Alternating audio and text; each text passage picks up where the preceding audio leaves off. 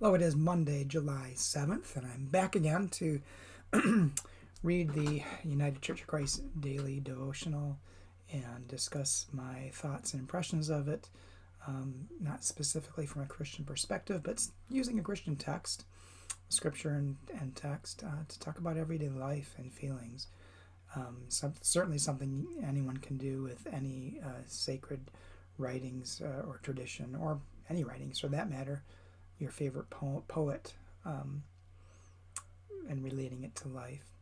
Anyway, the devotion for today is entitled Vacation is Coming, written by Donna Shaper. And Donna bases the devotion upon Colossians chapter 3, verse 13, New International Version.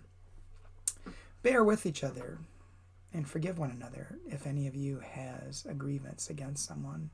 Forgive as the Lord forgave you. And then Donna writes, why go on vacation when you can be rested and relaxed regularly instead of episodically? Alternatively, why not just comply with the cultural pattern to be perpetually exhausted, vacate for 2 weeks, pay the credit card off by next year, and be the burned out grump and ever busy body the world expects? Okay, you have one strong third alternative. Forgive yourself for your compliance with the world's orders and forgive it. And then forgive yourself again and staycate perpetually. Rest regularly. Arthur Frommer, the great travel writer and guru, so advises. He describes his best hire ever. Beth Bryant called us many years ago, said she wanted to write guidebooks. I said, write a good story about a restaurant near where you live in D.C. She wrote this delightful comparison of the then Justice Department cafeteria and the then Commerce Department one, all of which are open to public visits. We had a star on our hands. Hasn't capitalism and its cronies disturbed your peace for long enough? Consider a quiet path of non-compliance. Don't tell everyone you are too busy to walk with them somewhere. Vacay at home. If you must spend money, book a local hotel. Get the spa room, swim in the pool, go monthly. Living well is the best revenge. And consider how relieved your credit card will be. Living well starts with restoring the joy of our salvation by forgiving ourselves for compliance. And Donna's prayer.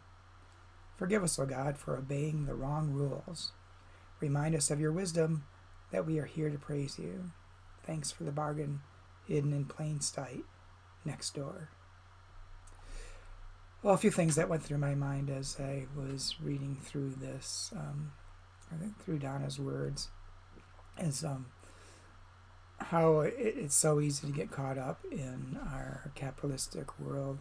I mean, if you watch TV on a regular basis and see commercials, the emphasis is always on making your life better and happier through things you don't have, through purchasing things, through going places.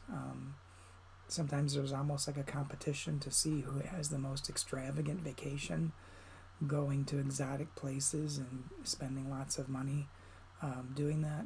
And yet I think Donna's devotion reminds us that we can find rest and relaxation close by, right where we are in our everyday life. It depends on the focus that we have. I think the other thing that when I was reading this, that made me think of how much pressure there is in our world to produce, that if somehow you're not producing, you're inconsequential or unneeded or invaluable, or have no value, not invaluable, but have no value. It's all about what we produce. And I think sometimes, speaking as a retired person, that's why some people, when they enter retirement, kind of implode, because they feel like they should still be producing. And why can't you just enjoy your life as it is? Why do you have to need to work to get something bigger and better and harder and more difficult? I was also reminded of a person, I think I mentioned this in the previous devotional, a person I knew who was a doctor, had his own practice with a couple other people, and was doing a funeral for his mother, and he was telling me about his work and how he almost spoke with pride about working 180 hours a week. Maybe it was 120 hours a week, I don't know. And it just was crazy to me to think, why would you think that was a good thing, to be so consumed? And all I could think about is, the guy had children and a wife, had a family life, and yet so much of his life was consumed with the work that he did. Granted, good work. I mean, the kind of doctor he was, it was good work, but still, what's this life for? I guess I was also reminded of some of my German colleagues when I was living and working in Germany. The emphasis for most of them, not all of them, was that their job was a way to make money to do the things that they love to do. So their life was not defined by the work that they did or the amount of money that they made, although the money they made allowed them to do things they wouldn't normally be able to do. But it was really about enjoying life.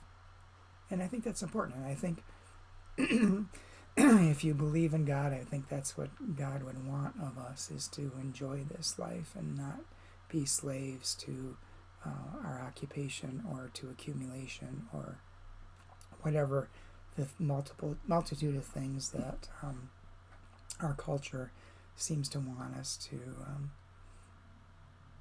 to follow and to do. Just stop and breathe.